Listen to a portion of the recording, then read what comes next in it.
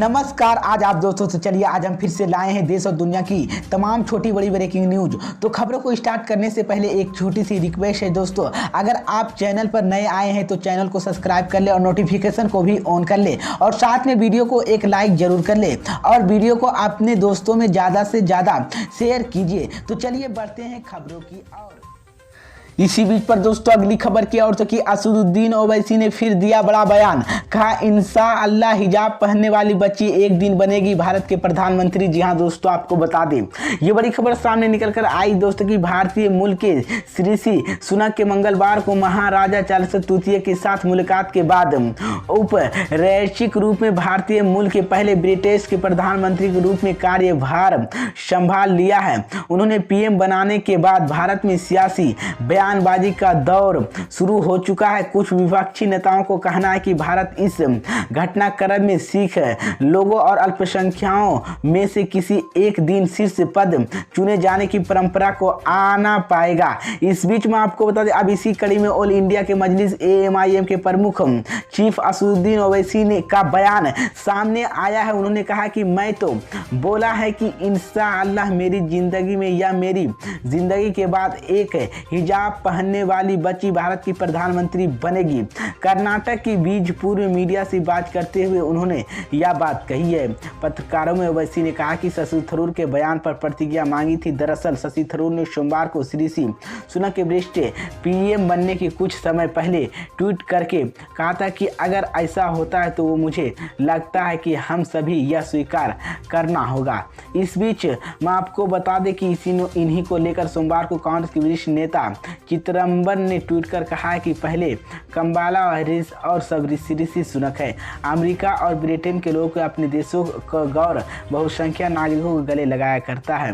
लेकिन इस बीच मैं आपको बता दें कि वहीं पर जम्मू कश्मीर के पूर्व मुख्यमंत्री और महबूबा मुफ्ती ने सुनक ब्रिटेन के प्रधानमंत्री के गौरव से बताते हुए ब्रिटेन के एक जातीय अल्पसंख्यक और अपने प्रधानमंत्री के रूप में स्वीकार किया। इसी को लेकर वहीं दूसरी और बीजेपी ब्रिटेन के प्रधानमंत्री चुने गए और भारतीय मूल के ऋषि सुनक के एक समक्ष नेता बताया और मंगलवार को कहा कि इसे असाधारण सफलता के लिए उनकी सराहना चाहिए।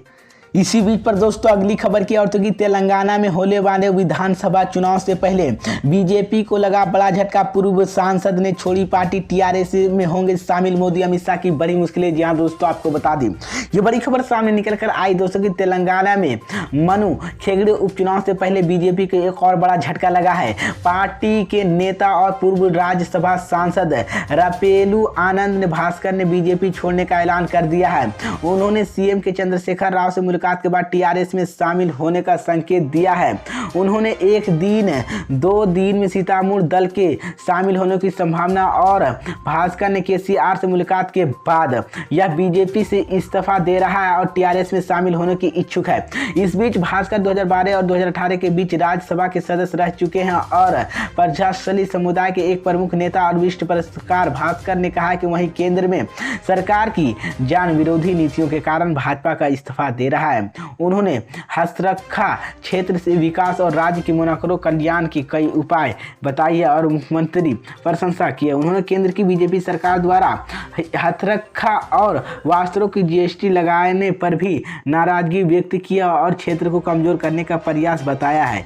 इसी को लेकर मैं आपको बता दें कि भास्कर का इस्तीफा मुरगुडे विधानसभा क्षेत्र के लिए 3 नवंबर होने वाले उपचुनाव से पहले बीजेपी को मिल बड़े झटके लग सकते हैं। इसी को लेकर टीआरएस छोड़ने और बीजेपी में शामिल होने के बाद भगवा पार्टी ने 4 नेताओं को खो दिया। उनमें से 3 यह घर वापसी जैसे क्योंकि पहले टीआरएस से जुड़े थे और पूर्व विधायक ने कहा है कि छोड़कर टीआरएस में पहले लौटने वाले सबसे पहला नेता 21 अक्टूबर को वरिष्ठ नेता दासेजू सरवन और तेलंगाना के विधान परिषद के पूर्व अध्यक्ष स्वामी गोन टीआरएस में शामिल हुए थे।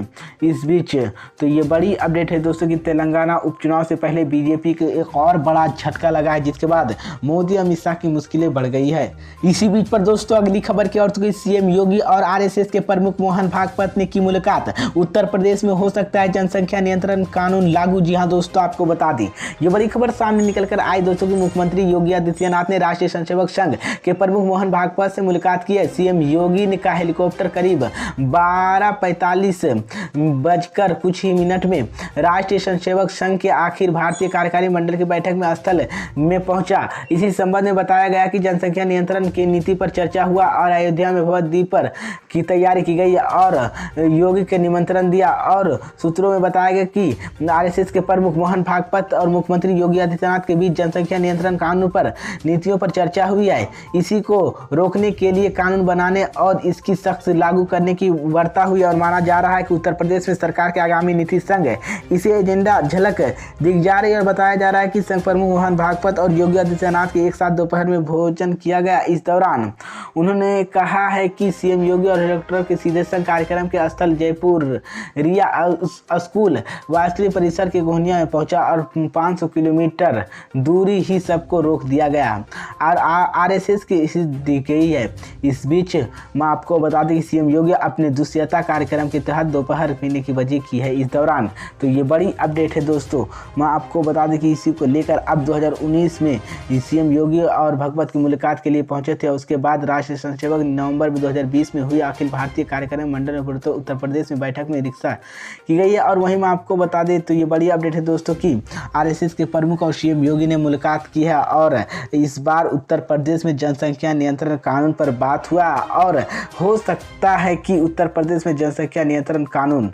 इसी बीच पर दोस्तों अगली खबर की ओर से कि एमसीडी चुनाव को लेकर बीजेपी ने तेज की तैयारी, 12 संपत्तियों को किया गठन। जी हां दोस्तों, आपको बता दें ये बड़ी खबर सामने निकलकर आई दोस्तों कि इसी साल के अंत में तक दिल्ली नगर निगम चुनाव हो सकते हैं जो दिसंबर में होने वाले संभावना। इसी चुनाव के लिए दिल्ली में बीजेपी ने मंगलवार को 12 चुनावी संबंधित संपत्तियों का गठन किया है। बीजेपी की यह संपत्तियां चुनाव प्रधान, घोषणा पत्र, प्रचार अभियान, मीडिया और विज्ञापन संग्रामी खरीद आदि से जुड़ी होगी। और बीजेपी इसी पैनल सदस्यों के वरिष्ठ नेता और पदाधिकारी शामिल होंगे। और चुनाव प्रबंध समिति अधिकतर जम्मू कश्मीर बीजेपी नेता आशीष सिंह दिल्ली बीजेपी के और की है। इसी को लेकर मैं आपको बता दें बीजेपी के पैनल पर असंवेदियों की कमात की गई है।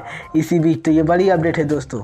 इसी बीच पर दोस्तों अगली खबर की ओर थी मल्लिकार्जुन आज संभालेंगे कांग्रेस की कमान, समरोहा में शामिल होगा सीएम भूपेश बघेल। यहाँ दोस्तों आपको बता दें ये बड़ी खबर सामने निकलकर आई दोस्तों की कांग्रेस के राष्ट्रीय अध्यक्ष के तौर पर मल्लिकार्जुन खड़गे ने बुधवार को दिल्ली में पदभार ग्रहण करेंगे। इसके लिए है कांग्रेस पार्टी की तरफ से तैयारी की जा रही है और राहुल गांधी भी इस पदभार ग्रहण समारोह में कार्यक्रम में शामिल होगा। इस कार्यक्रम के शामिल होने के लिए छत्तीसगढ़ के मुख्यमंत्री भूपेश बघेल और पीसीसी चीफ मोहन कर्मक भी आमंत्रित किया गया। और दरअसल छत्तीसगढ़ के मुख्यमंत्री भूपेश बघेल भी आज शाम दिल्ली के लिए रवाना हो चुके हैं। वहीं रात में दिल्ली गढ़ औषधन को रुकेंगे और बुधवार को कांग्रेस पार्टी की यानी कि आज संभालेंगे। इसी को लेकर मैं आपको बता दें इसी पद ग्रहण के लिए समारोह में भूपेश बघेल और पीसीसी चीफ मोहन भागवत शामिल होंगे।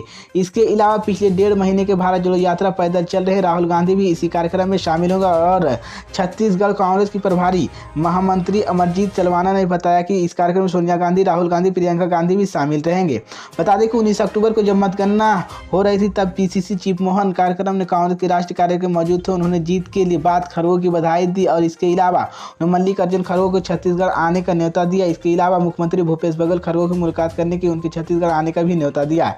इस बीच तो ये बड़ी अपडेट है दोस्तों कि मैं आपको बता दें इसी को लेकर अब जहां आगामी समय में विधानसभा चुनाव होने वाले हैं, इसी को लेकर गणतंत्र की 24 साल बाद कांग्रेस की गौर गांधी परिवार के कोई राष्ट्रीय अध्यक्ष बना है।